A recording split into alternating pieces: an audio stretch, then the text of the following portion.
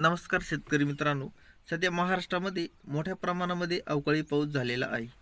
अवकाळी पावसानंतर डाळिंब बागेत बुरशीजन्य रोग जसे की डाग, करपा, डावणी तसेच विविध प्रकारचे फुलकिडे, मावा, तुडतुडे, पांढरी माशी यांचा प्रादुर्भाव होत असतो.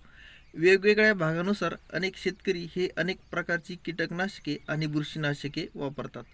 परंतु आज आपण डाळिंब बागेसाठी अगदी कमी खर्चात आणि परिणामकारक रिझल्ट देणारे फवारणी कॉम्बिनेशन बघणार आहोत.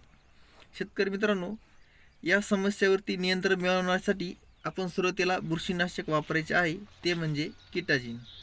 किटाजिन हे एक अतिप्रभावशाली व अंतरप्रवाही बुरशीनाशक असून ते अनेक रोगांवरती चालते. किटाजिन हे मुळांद्वारे तसेच पानांद्वारे शोषले जाते. किटाजिनमध्ये बुरशीनाशकासोबत कीटकनाशकाचेही देखील गुणधर्म आहेत. किटाजिन हे बुरशींच्या बीजांची वाढ रोखते व फवारल्यानंतर झाडाच्या एका भागाकडून दुसऱ्या भागाकडे प्रवाहित होते.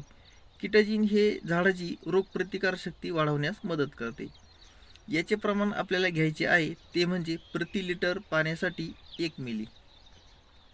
यानंतर आपल्याला दुसरे औषध घ्यायचे आहे ते म्हणजे M45. हे एक कमी किमतीमध्ये स्पर्शजन्य प्रभावी असे बुरशीनाशक आहे.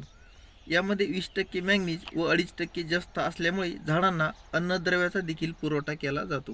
तसेच रोगावर वेगवेगळ्या प्रकारे 6 ठिकाणी प्रक्रिया करत असल्यामुळे आपल्याला खात्रीशीर रोग नियंत्रण साधता येते व रोगप्रतिकारशक्ती निर्माण होण्याची भीती नसल्यामुळे एका बहारामध्ये आपण पुन्हा पुन्हा याची फवारणी करू शकतो. अंतरप्रवाही बुरशीनाशकासोबत मिश्रण करण्यासाठी हे अगदी योग्य असे बुरशीनाशक आहे. याचे प्रमाण आपल्याला घ्यायचे आहे ते म्हणजे प्रति लिटर पाण्यासाठी 1 ते 2 ग्रॅम. कारण यामध्ये आपण किटाजिन हे बुरशीनाशक 1 मिलीने घेणार आहोत. यानंतर आपल्याला तिसरे कीटकनाशक घ्यायचे आहे ते म्हणजे इमिडाक्लोप्रिड 17.8%. हे रसशोषक किडीच्या प्रश्नाला अगदी सडेतोड उत्तर देणारे व अल्प प्रमाणामध्ये लागणारे तसेच दीर्घकाळ संरक्षण देणारे एक उच्च दर्जाचे असे कीटकनाशक आहे. यामुळे मावा, तुडतुडे, फुलकिडे यांचा नायनाट होते.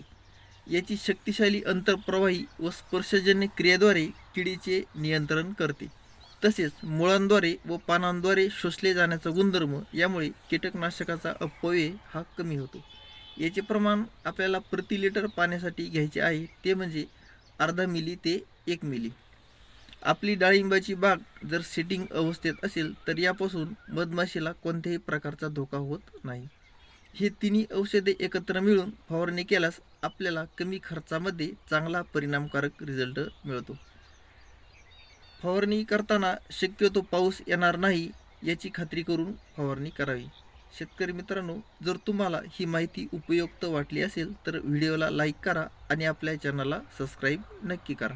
अशाच डाळिंब शेतीच्या नवीन माहितीसाठी पुन्हा भेटूया. धन्यवाद.